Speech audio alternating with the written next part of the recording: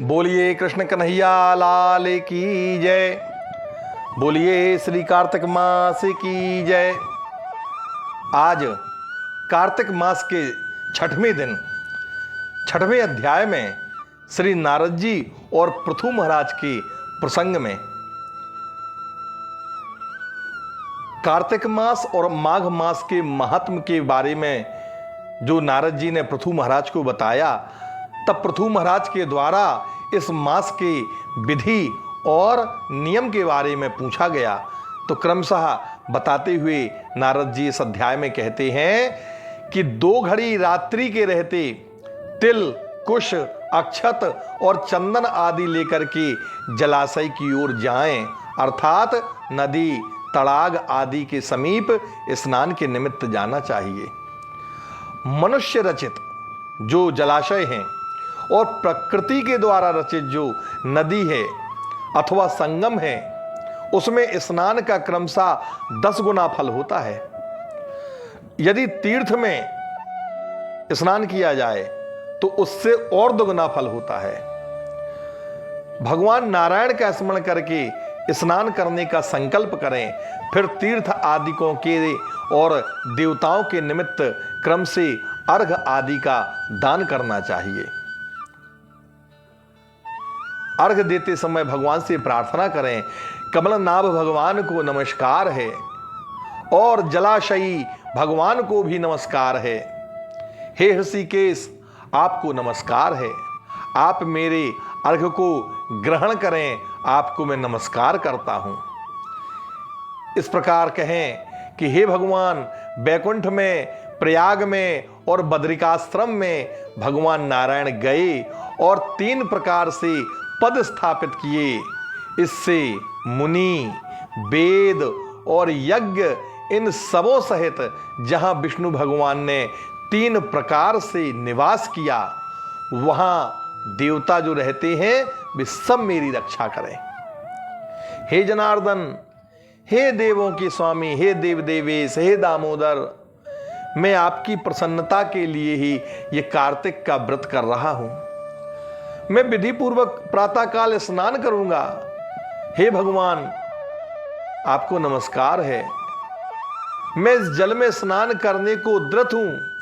हे दामोदर, तुम्हारी कृपा से मेरे सारे पाप नष्ट हो जाएं। इस प्रकार अर्घ देना चाहिए।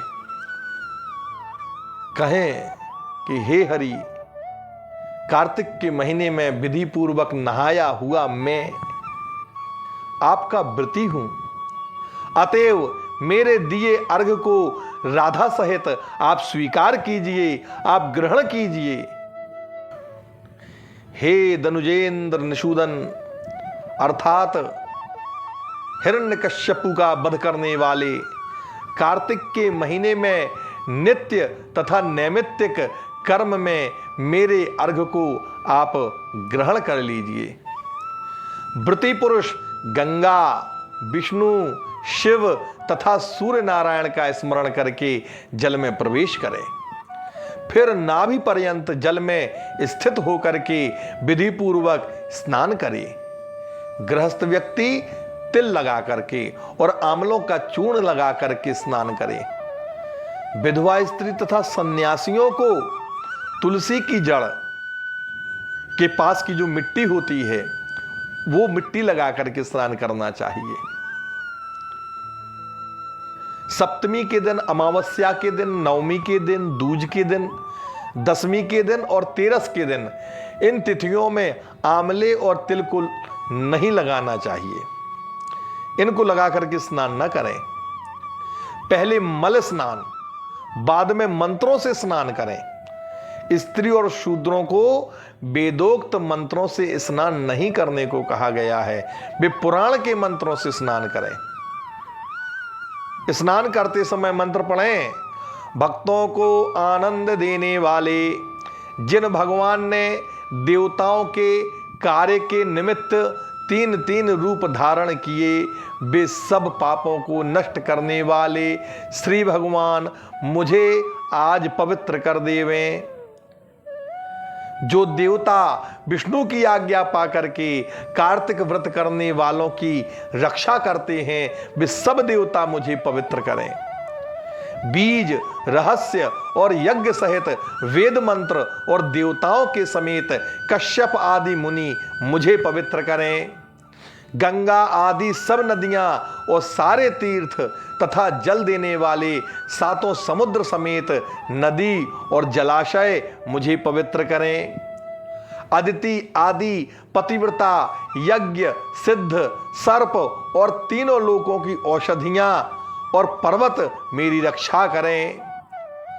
व्रती मनुष्य इन मंत्रों से स्नान करके हाथ में पवित्री धारण करके ऋषि, मनुष्य और देवताओं का विधि पूर्वक तर्पण भी करे। कार्तिक मास में अपने पितरों के निमित्त जिसने तर्पण किया और उस तर्पण में जितने भी तिल प्रयुक्त किए जाते हैं, उपयोग किए जाते हैं, उतने वर्ष तक उनके पितर भगवान के लोक में निवास करते हैं।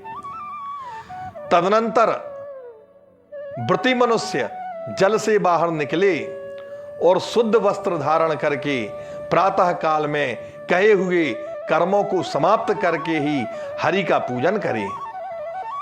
तीर्थों और देवताओं का स्मरण करके भक्ति में तत्पर मन हो करके चंदन फूलों से युक्त अर्घ्य का दान करें। मंत्रार्थ, मंत्रों का अर्थ इस प्रकार से है। मैं व्रती और कार्तिक मास में विधि पूर्वक नहाया हुआ हूं, सो मेरे दिए हुए अर्घ्य को हे हरि राधा सहित आप ग्रहण कीजिए। तदनंतर चंदन, फूल तथा जल से वेद पाठी ब्राह्मणों की विधि पूर्वक पूजा करके बारंबार नमस्कार करें। ब्राह्मणों के दाहिने चरण में समस्त तीर्थों का निवास है। उनके अंगों में देवताओं का निवास कहा गया है। उनके मुख में वेद निवास करते हैं, इसी कारण से वो पूजनीय हैं। पृथ्वी में ब्राह्मण अव्यक्त विष्णु के स्वरूप हैं, इस कारण से कल्याण चाहने वाला पुरुष उनका कभी अपमान न करे अथवा उनका कभी विरोध न करे। इसके बाद प्रति मनुष्य को हरि की प्रिया माता तुलसी का पूजन करना चाहिए। मन को एकाग्र करके तुलसी की प्रदक्षिणा करे और प्रार्थना करे, हे तुलसी माता, देवताओं के द्वारा आप पहले से ही निर्मित की गई हो और मुनीश्वरों के द्वारा पूजा की गई हो। हे हरि की प्यारी, तुम मेरे पापों को दूर करो। इसके बाद स्थिर मन होकर के पुराण संबंधी श्री हरि नारायण की कथा को सुने। भक्ति युक्त व्रती मनुष्य फिर से उन ब्राह्मणों का पूजन करे। पहले कही हुई सब विधि को जो भक्तिमान मनुष्य भली भांति करता है, वह विष्णु की सालोकता को प्राप्त करता है। रोगों को दूर करने वाला और पापों का नष्ट करने वाला, उत्तम बुद्धि देने वाला और पुत्र धन आदि को प्रदान करने वाला, मुक्ति का कारण, ऐसा श्री हरि का यह प्यारा कार्तिक मास है और इस कार्तिक मास का यह व्रत है। उससे छोड़ करके कोई दूसरा उपाय मुक्ति का इससे सरल हो नहीं सकता है। इसीलिए सभी भक्त इस कार्तिक व्रत को करें, भगवान की सायुज्यता को, सारूपता को प्राप्त करें। इति श्री पद्म पुराणे कार्तिक महात्म्ये षष्ठोऽध्यायः। बोलिए कृष्ण कन्हैया लाल की जय, बोलिए कार्तिक मास की जय।